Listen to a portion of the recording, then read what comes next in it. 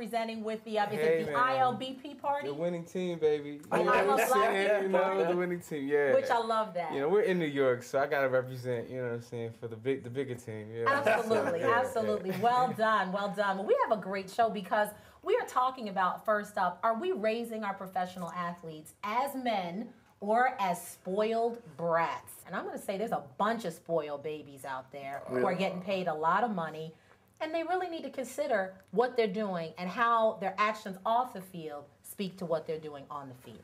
Well, I think the first thing is it always gets attached in this way that we're raising our black men to be spoiled brats. The press and the way they cover these things, they make it as if it's just a black thing. White athletes are pampered in the same way. Athletes in general are pampered in the same way. So that's my biggest thing about all this stuff. We have to get rid of that whole idea that it's black men who are doing all these things. It's always like we always see the Pac-Man stories and the T.O. stories. We don't see the stories about Philly's own Brett Myers, who drags his wife out into the street and beats her right in front of a street corner in front of people during the All-Star game 2 years ago.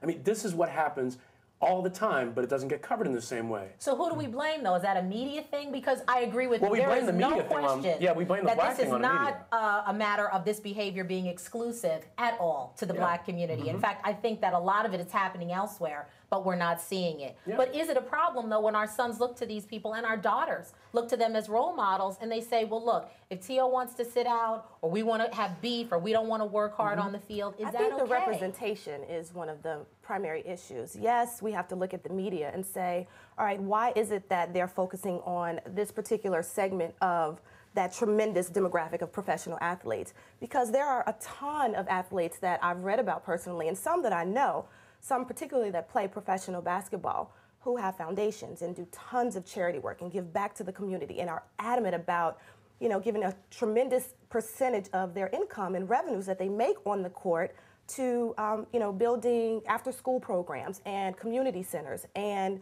you know, laying out new courts or buying new computers. Katrina. There are a ton of athletes, but the media doesn't focus on that. So I think that, in a way, we in and of ourselves are responsible because we have to reclaim the stories that are put out there. But they're paid a lot of money, and I want to play sort of devil's advocate here. And we have to say that when you, even if you're not paid that much, perhaps, there's a way to have, I think, integrity and do what you do well. And sometimes if we see you either, you know, throwing up your middle finger to the fans, or, you know, you have a beef with the very same people who pay for the tickets, I have a problem with that because you are a paid professional as well. I mean, I think if any conversation about professional sports in America has to acknowledge, first and foremost, that professional sports in this country are largely a white-owned institution, you know what I'm saying, that has black faces at the forefront who are doing most of the labor. So, you know, kind of like BET. But it's not very different from the old plantation dynamics, you know what I'm saying? So acknowledging that to just start off, you know what I'm saying? We have to think about how since, you know, the plantation in this country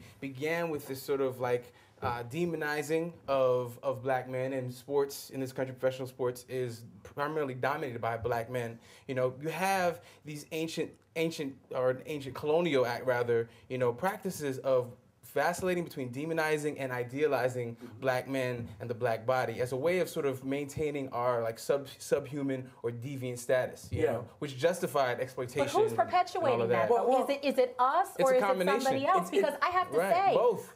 I feel like you all are accountable for your actions. I feel like you are and you are. Okay, we are. And you're not paid, as far as I know, you know, $100 million. We are, but here's the thing. When you get out there? Here's the thing, though. Here's the thing that really matters.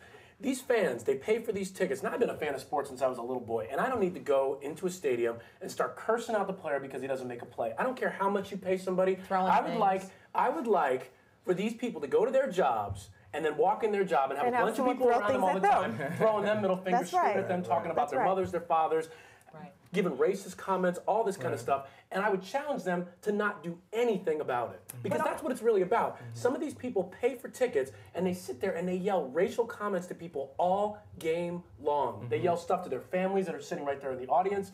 It's horrible. I've seen it. But I have to say, to contradict just a little bit, there happens to be a small percentage of professional athletes that respond to that atypical, disgusting behavior. Now, at every game, you don't have people that are throwing things at the players. We've witnessed in the last 5 years some extraordinary events take place in stadiums around the country. And the ones that respond, the ones that charge into the stadium and hit the fans back and throw things back at them is a very small percentage in That's comparison to all of the athletes that ignore what happens to them every day. Now, and to respond to, I have to, are we raising them to be stubborn?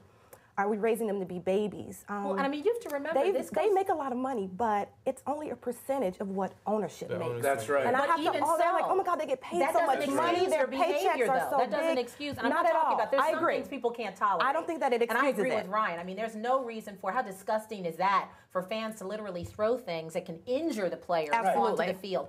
It shouldn't be a tolerated thing. However, Absolutely. there is a point though where you know you're going to be playing in these stadiums, and there's almost a mentality that once I become that level of a player, there's a lot you have to tolerate and unfortunately put up with. But are you being raised to be spoiled goes to the heart of a different matter. Does that mean you don't stop to sign autographs? Does that mean that you don't treat people nicely in restaurants? Does that mean that some of this baller behavior that we see with groupies and women and hanging out in hotels, let's really talk about it and tell the truth. Because I'm talking about, does that feed into that spoiled behavior that you're privy to absolutely anything? People in entertainment, the media and TV, a lot of them, That's what I or was gonna us or say. me, think they are. Celebrities in general. I don't think that it's situation specific to athletes or professional athletes.